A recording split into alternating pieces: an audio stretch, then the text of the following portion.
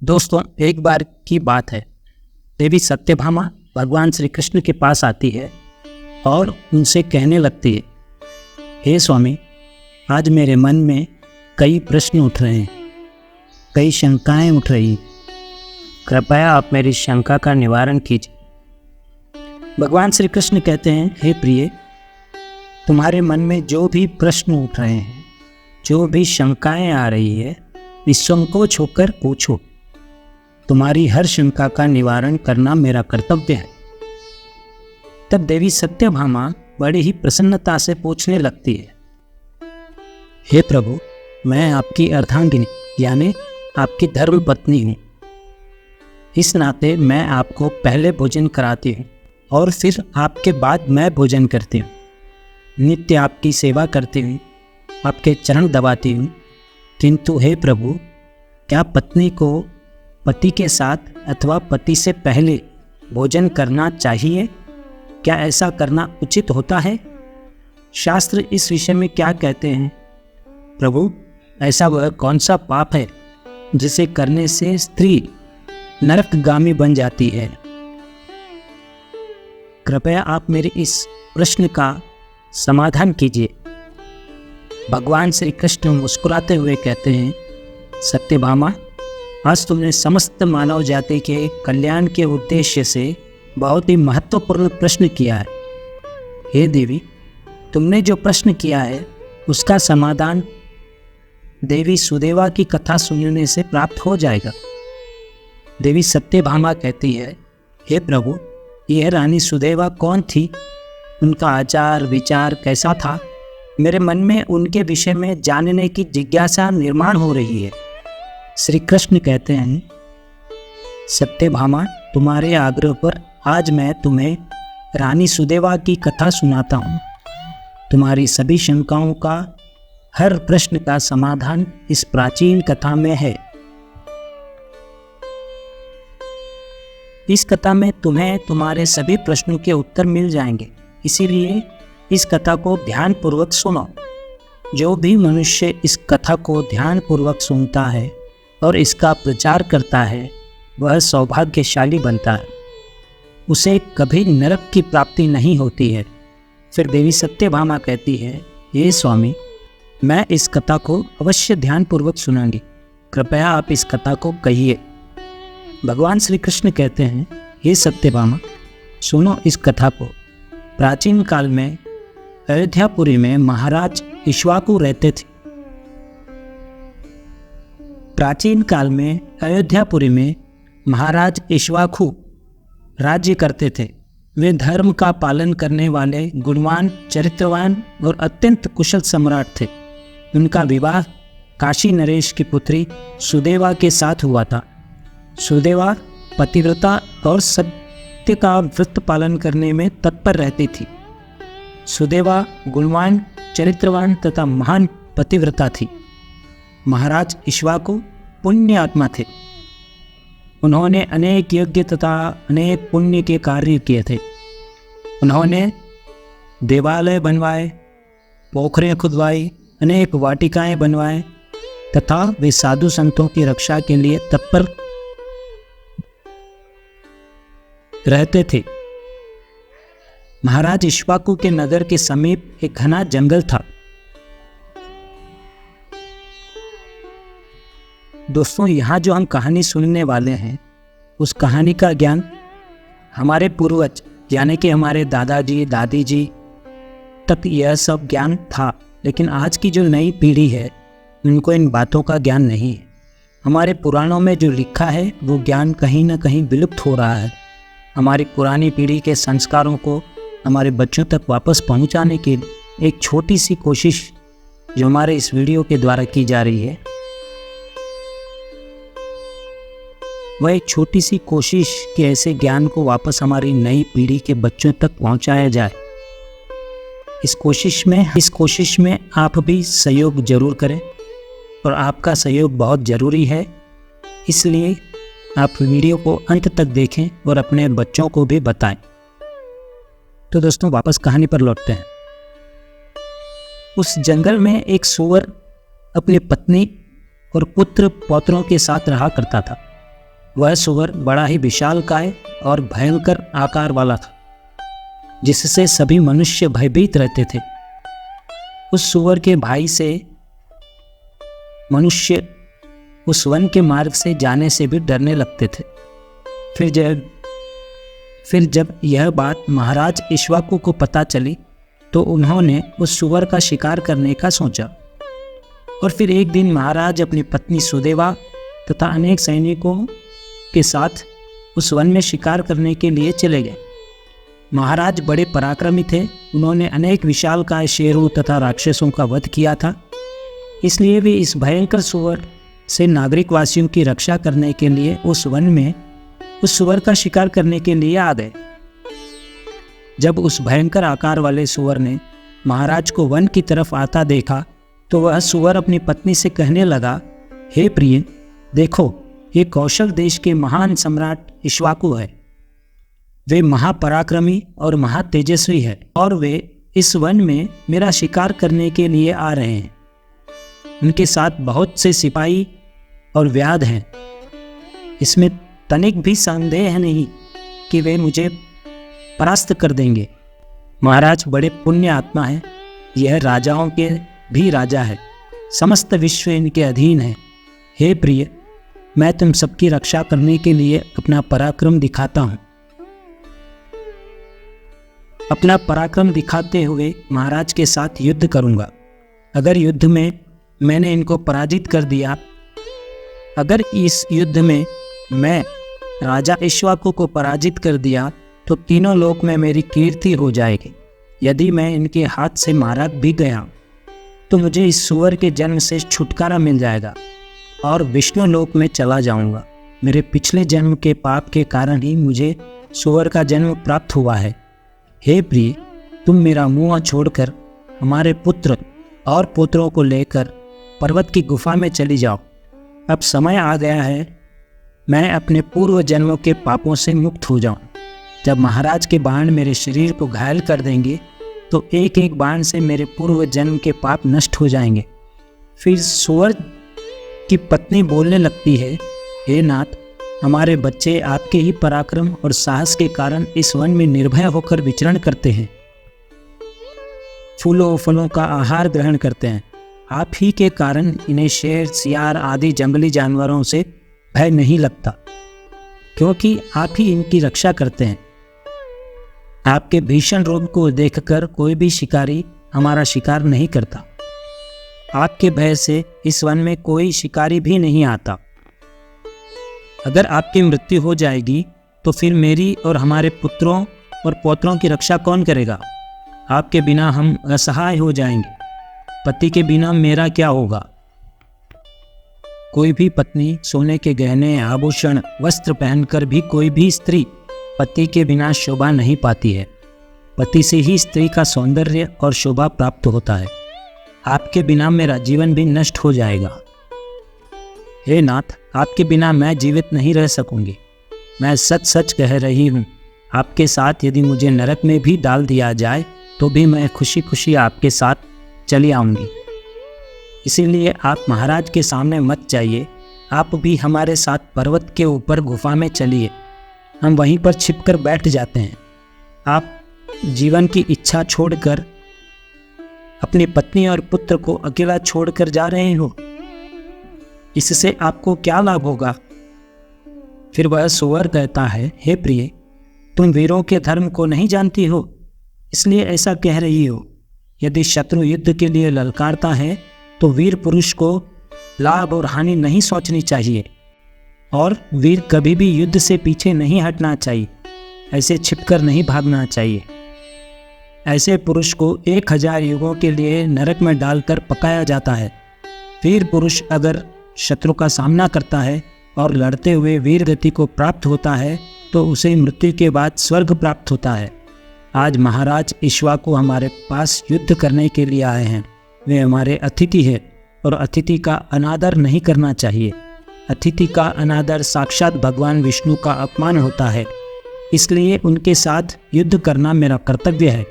फिर वह सूअर की पत्नी बोलती है, हे प्राणनाथ, ठीक है, यदि आप महाराज के साथ युद्ध करना चाहते हैं तो मैं भी आपके साथ रहकर आपका पराक्रम देखूंगी। पुत्रों, मेरी बात सुनो। उनका सत्कार करने के लिए और उनसे युद्ध करने के लिए तुम्हारे पिता जा रहे हैं और उनके साथ मैं भी जा रही हूँ। इसलिए तुम सभी अपने भाइयों को लेकर पर्वत की गुफा में जाकर छिप जाओ। महाराज इक्ष्वाकु बड़े बलवान हैं, वे इस युद्ध में हमारा संहार कर डालेंगे। इसलिए तुम लोग यहाँ से भाग जाओ और अपने प्राण बचाओ। फिर वह सूअर के छोटे छोटे बच्चे बोलने लगे,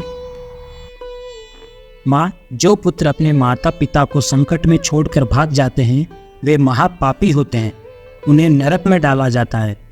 जो निर्दय पुत्र अपनी माँ को दुख में छोड़कर भाग जाता है, जो पुत्र अपने आप को विपत्ति में देखकर छोड़कर चला जाता है, वह कीड़ों से भरे हुए दुर्गंधी युक्त नरक में गिरता है। इसलिए माँ, हम लोग आपको छोड़कर नहीं जा सकते। फिर वह सूअर, उसकी पत्नी और उसके बच्चे सभी युद्ध के लिए तैयार हो जाते हैं और युद्ध भूमि की ओर निकल पड़ते हैं। सभी छोटे छोटे सूअर अपने पिता और माता के चारों ओर से रक्षा करने लगते हैं और उधर महाराज इक्ष्वाकु अपनी सेना के साथ उस स्थान पर आ जाते हैं और अपने सामने खड़े सूअरों को देखकर बड़े बड़े शूरवीर योद्धाओं को सूअरों का शिकार करने के लिए आगे भेजते हैं। वे सभी बलवान शूरवीर योद्धा हाथ में तलवार और भाले लेकर सूअरों पर आक्रमण करने लगते हैं। फिर सूअरों और राजा के सैनिकों के बीच भीषण युद्ध होता है। सभी एक दूसरे पर भीषण प्रहार करने लगते हैं। सूअर अपने दांतों से सैनिकों को मारने लगते हैं और सैनिक अपने भालों से सूअरों को मारने लगते हैं। इस युद्ध में अनेक सूअर मर जाते हैं, कितने ही सूअर घायल हुए और न जाने कितने ही सूअर मारे गए। महाराज की तरफ भी अनेक सिपाही मर जाते हैं और बहुत सारे घायल होते हैं। अब केवल वह सूअर, उसकी पत्नी और उसके 5-6 पुत्र ही बच जाते हैं। अपने सभी पुत्रों को मरा हुआ देखकर सूअर की पत्नी भयभीत हो गई और अपने पति से कहने लगी, नाथ, मुझे और इन बालकों को लेकर यहाँ से चलो, नहीं तो हमारा वंश नष्ट हो जाएगा। कृपया हम सभी अपने प्राण बचाकर भाग चलते हैं, नहीं तो महाराज हम सभी को मार डालेंगे। फिर सूअर कहने लगता है, हे प्रिय, 2 शेरों के बीच में एक सूअर पानी पी सकता है, लेकिन 2 सूअरों के बीच में एक शेर पानी नहीं पी सकता। सूअर जाति में ऐसा बल देखा जाता है। इसी कारण से सूअर से सभी भयभीत हो जाते हैं। अगर इस समय पर मैं मृत्यु के भय से भाग जाऊंगा तो मेरे सूअर जाति की प्रसिद्धि नष्ट हो जाएगी। इसीलिए तुम हमारे बच्चों को लेकर यहाँ से चली जाओ और सुखपूर्वक जीवन व्यतीत करो। इतना सुनकर सूअर की पत्नी बोली, हे नाथ, मैं आपसे बहुत प्रेम करती हूँ। आपने मेरा आदर सम्मान कर कर और मेरी रक्षा कर कर मेरे मन को जीत लिया है। आपसे मेरा मोह कभी नहीं छूटेगा, इसलिए मैं अपने पुत्रों के साथ आपके सामने ही प्राण त्याग दूंगी, किंतु आपको अकेला छोड़कर नहीं जाऊंगी। फिर वह सूअर और उसकी पत्नी दोनों ही महाराज से युद्ध करने के लिए आगे आते हैं। वह सूअर भयंकर गर्जना करता हुआ महाराज को युद्ध के लिए ललकारता है। वह सूअर उसके सामने आए बड़े बड़े वीर योद्धाओं को अपने दांतों से तिनके की भांति उठाकर फेंकने लगता है। तिनके की भांति उठाकर फेंकने लगता है। अपने सैनिकों को मरता हुआ देखकर महाराज को क्रोध आ जाता है और वे अपना धनुष्य निकालकर उस सूअर पर बड़े गुस्से से आक्रमण करते हैं। महाराज का एक बाण तीव्र गति से जाकर उस सूअर के शरीर में घुस जाता है और वह सूअर जमीन पर गिर जाता है। फिर महाराज उस पर प्रहार करते हैं और सूअर को मार देते हैं। सूअर के मरते ही उसके प्राण निकलते हैं और विष्णु लोक में चले जाते हैं। फिर महाराज के सैनिक अपने हाथ में भाले लेकर उस सूअर की पत्नी को मारने के लिए उसकी ओर जाने लगते हैं। सूअर की पत्नी अपने बच्चों के सामने खड़ी हो जाती है और बच्चों से कहती है, बच्चों, जब तक यहाँ पर मैं खड़ी हूँ तुम यहाँ से भाग जाओ। सूअर का बड़ा बेटा बोलता है, माता, अगर मैं ऐसा करूँगा तो मुझ पर धिक्कार है। मैं युद्ध में शत्रु को परास्त करूँगा। तुम अपने पुत्रों को लेकर यहाँ से चली जाओ। फिर वह सूअर की पत्नी बोली, पुत्र, मैं माँ हूँ, तुझे अकेला छोड़कर कैसे चली जाऊँ। इतने में ही राजा के सैनिक उन सूअरों के पास आते हैं और उन पर प्रहार करने लगते हैं। सूअर का बड़ा बेटा भयंकर युद्ध करता है और अनेक सैनिकों को मार गिराता है। तब महाराज आगे आकर सूअर के बड़े बेटे को भी मार डालते हैं। अपने पुत्र को मरा हुआ देखकर सूअर की पत्नी बहुत क्रोधित हो जाती है और भीषण प्रहार करने लगती है। उसने भी अनेक सैनिकों को मार डाला। इस घटना को महारानी सुदेवा देख रही थी। तब वह महाराज से कहती है, उस सूअर की पत्नी आपके सामने सैनिकों को मार रही है, आप आगे चलकर उसका वध क्यों नहीं कर देते। महाराज कहते हैं, हे प्रिय, यह एक स्त्री है। मेरा यह वचन है कि मैं स्त्री का वध नहीं करूंगा, इसलिए मैं स्त्री का वध करने पर महापाप लगता है, इसलिए मैं उस सूअर की पत्नी को ना खुद मार रहा हूं और ना ही किसी सैनिक को मारने के लिए भेज रहा हूं। मुझे स्त्री का वध करने में बड़ा भय लगता है। इतना कहकर महाराज चुप हो गए। फिर महाराज की सेना में भार्गव नाम का एक बलवान सिपाही था। उसने उस सूअर की पत्नी पर प्रहार किया और उसे जमीन पर गिरा दिया। सूअर की पत्नी मूर्छित होकर जमीन पर गिर पड़ी और लंबी लंबी सांसें लेने लगी। जब रानी सुदेवा ने उस सूअरनी को धरती पर बेहोश अवस्था में देखा तो उन्हें उस पर बड़ी दया आ गई। उन्होंने ठंडा जल उस सूअरनी के मुंह पर डाला और फिर उसके सारे शरीर पर डाल दिया, जिससे उस सूअर की पत्नी को होश आ गया। सूअरनी ने रानी को उस पर पानी डालते हुए देखा तो वह बहुत प्रसन्न हुई और मनुष्य की वाणी में बोलने लगी, हे देवी, तुमने मुझ पर ठंडा जल डालकर मुझे कष्ट से मुक्ति दिलाई है, तुम्हारा कल्याण हो। सूअरनी के ऐसे वचन सुनकर रानी सुदेवा को बड़ा आश्चर्य हुआ। वह सोचने लगी, यह तो आज मैंने बड़ी ही विचित्र बात देखी है। यह तो मनुष्य की वाणी में सुंदर और स्पष्ट संस्कृत बोल रही है। फिर रानी ने सूअरनी से कहा, हे बद्रे, तुम कौन हो? तुम्हारा बर्ताव विचित्र है। पशु होकर भी तुम मनुष्य की वाणी में बोल रही हो। तुम मुझे तुम्हारे पूर्व जन्म का वृत्तांत सुनाओ। किस कारण से तुम इस योनि में जन्म ली हो? ऐसा क्या कर्म किया था जिसकी वजह से आपको इस योनि में जन्म मिला?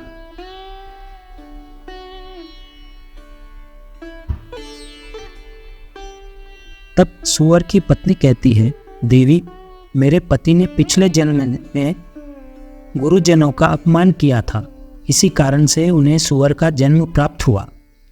अब मैं आपको मेरे पूर्व जन्म की कहानी बताती हूँ। देवी, कलिंग नाम के देश में श्रीपुर नाम का एक सुंदर नगर था। उस नगर में वसुदत्त नाम के विद्वान ब्राह्मण रहते थे। मैं उसी वसुदत्त ब्राह्मण की पुत्री थी।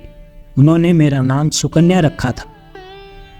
उस समय उस नगर में मेरे जितनी सुंदर स्त्री कोई नहीं थी। अपने सौंदर्य और रूप के घमंड में मैं उन्नत हो गई थी। मेरी मुस्कान बड़ी मनोहर थी। जब मैं जवान हुई तो मेरा सुंदर रूप और जवानी देखकर मेरी माता को बड़ा डर लगने लगा था। वह मेरे पिता से कहने लगी, हे नाथ, अपनी लड़की जवान हो चुकी है, उसका विवाह क्यों नहीं कर देते? इसका जल्दी ही कहीं अच्छा वर देखकर उसके साथ वह विवाह कर दीजिए। फिर वह ब्राह्मण बोला, हे कल्याणी, मैं अपनी पुत्र का विवाह उस पुरुष से करूंगा जो विवाह के बाद मेरे ही घर में निवास करेगा। दोस्तों, यहाँ पर समझ रहे हो ना, आजकल की भाषा में अगर बोला जाए तो घर जमाई। तो आइए फिर कहानी पर चलते हैं। सुकन्या मुझे बड़ी प्रिय है। मैं इसे अपनी आंखों से दूर नहीं होने देना चाहता। फिर एक दिन शिव शर्मा नाम के जवान विद्वान ब्राह्मण मेरे द्वार पर आ गए। मेरे पिता उसके ज्ञान और कुशलता को देखकर बहुत प्रसन्न हुए और उसे मुझसे विवाह करने के लिए पूछ लिया। फिर मेरे पिता ने शिव शर्मा ब्राह्मण से मेरा विवाह कर दिया। और वे हमारे साथ ही हमारे घर पर रहने लगे। परंतु मैं अपने माता पिता के लाड़ प्यार से बिगड़ चुकी थी, अपनी विवेक शक्ति खो चुकी थी।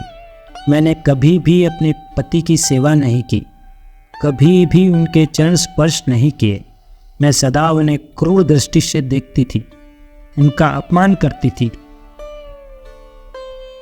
उन्हें नाम लेकर पुकारती थी, उनके भोजन से पहले भोजन कर लेती थी।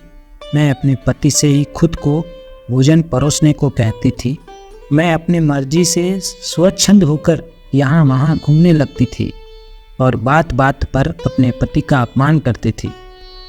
मैंने उनके साथ कभी सहवास भी नहीं किया था, उन्हें मेरे शरीर को कभी हाथ भी लगाने नहीं दिया था।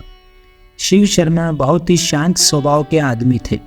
उन्होंने मुझे बहुत दिनों तक सहन किया और फिर एक दिन वे अत्यंत दुखी होकर मुझे छोड़कर चले गए। मेरे पति के जाते ही मेरे पिता बहुत दुखी होकर कहने लगे कि हमारे दामाद हमारी पुत्री को छोड़कर चले गए हैं। हमारी पुत्री ही पापचारिणी थी, दामाद तो विद्वान थे। मैं क्या जानता था कि हमारी पुत्री सुकन्या दुष्ट और कुलनाशनी होगी। फिर मेरी माता बोली, हे नाथ, हमारी पुत्री आप ही के लाड़ प्यार से बिगड़ गई है, इसे सही राह पर लाने के लिए आपको ही कुछ करना होगा। पिता के घर में रहने वाली कन्या दुराचारी बन जाती है, इसीलिए कन्या को कभी भी घर में नहीं रखना चाहिए, उसे उसके पति के पास ही रखना चाहिए। हमारी कन्या बहुत दुष्ट और पापनी है, आप इसका त्याग करके इसे इसके पति के पास भेज दीजिए। इस प्रकार से माता के वचन सुनकर मेरे पिता बहुत क्रोधित हुए और मुझे कहने लगे, हमारे कुल में कलंक लगाने वाली दुराचारणी तेरे ही कारण शिव शर्मा हम सबको छोड़कर चले गए। इसीलिए तेरा पति जहाँ पर है तू वहीं पर चली जा, अथवा तुझे जो स्थान अच्छा लगे वहाँ चली जा। फिर मैं अपने घर को छोड़कर चली गई। बाहर जाने पर मुझे लोग पापिनी दुराचारणी कहने लगे, इसलिए मैं अपने पति को ढूंढते हुए वन में चली गई। बहुत भटकी, फिर एक दिन वन में मैं एक कुटिया के सामने जाकर खड़ी हो गई और भिक्षा मांगने लगी। वहाँ पर उस कुटिया में रहने वाली मंगला नाम की एक स्त्री ने मुझे देखकर अपने पति से कहा, स्वामी, द्वार पर एक दुखिया भिक्षा मांगने के लिए आई है। मंगला का पति यह वही शिव शर्मा ही था जिन्होंने मेरा त्याग किया था। मुझे देखकर उन्होंने मुझे पहचान लिया और अपनी पत्नी मंगला से कहने लगा, ये वही कन्या है जो मुझे बहुत प्रिय थी, इसीलिए तुम इसका आदर सत्कार करो और इसे अपने घर में स्थान दो।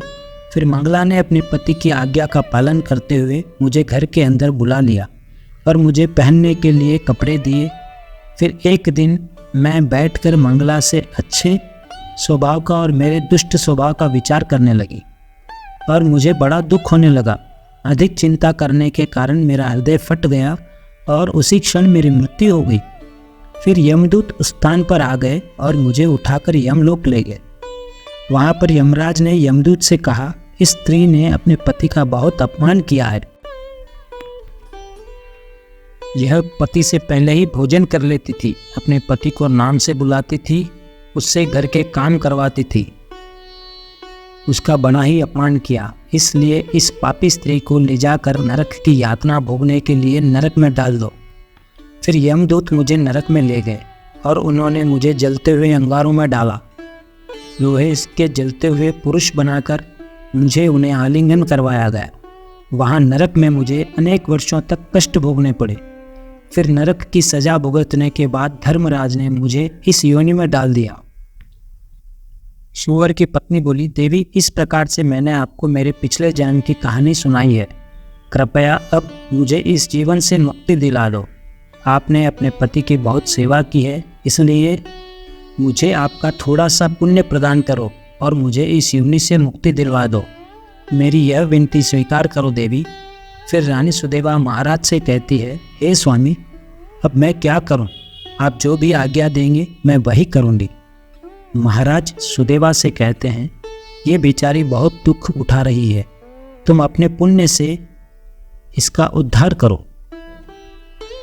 महाराज का आदेश सुनकर रानी सुदेवा ने सूअर की पत्नी से कहा, हे देवी, मैं अपने 1 वर्ष का पुण्य तुम्हें प्रदान करती हूँ।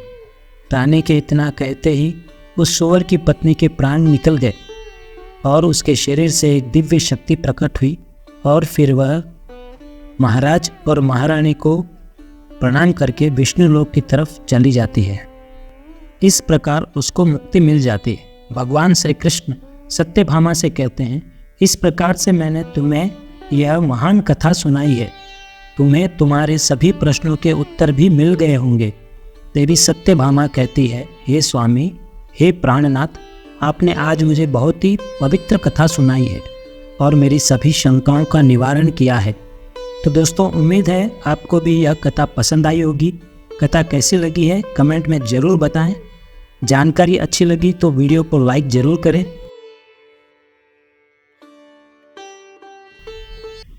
और साथ ही साथ चैनल को सब्सक्राइब करना न भूलें। इस चैनल पर ऐसे ही कुछ ज्ञानवर्धक वीडियो आते हैं। धन्यवाद।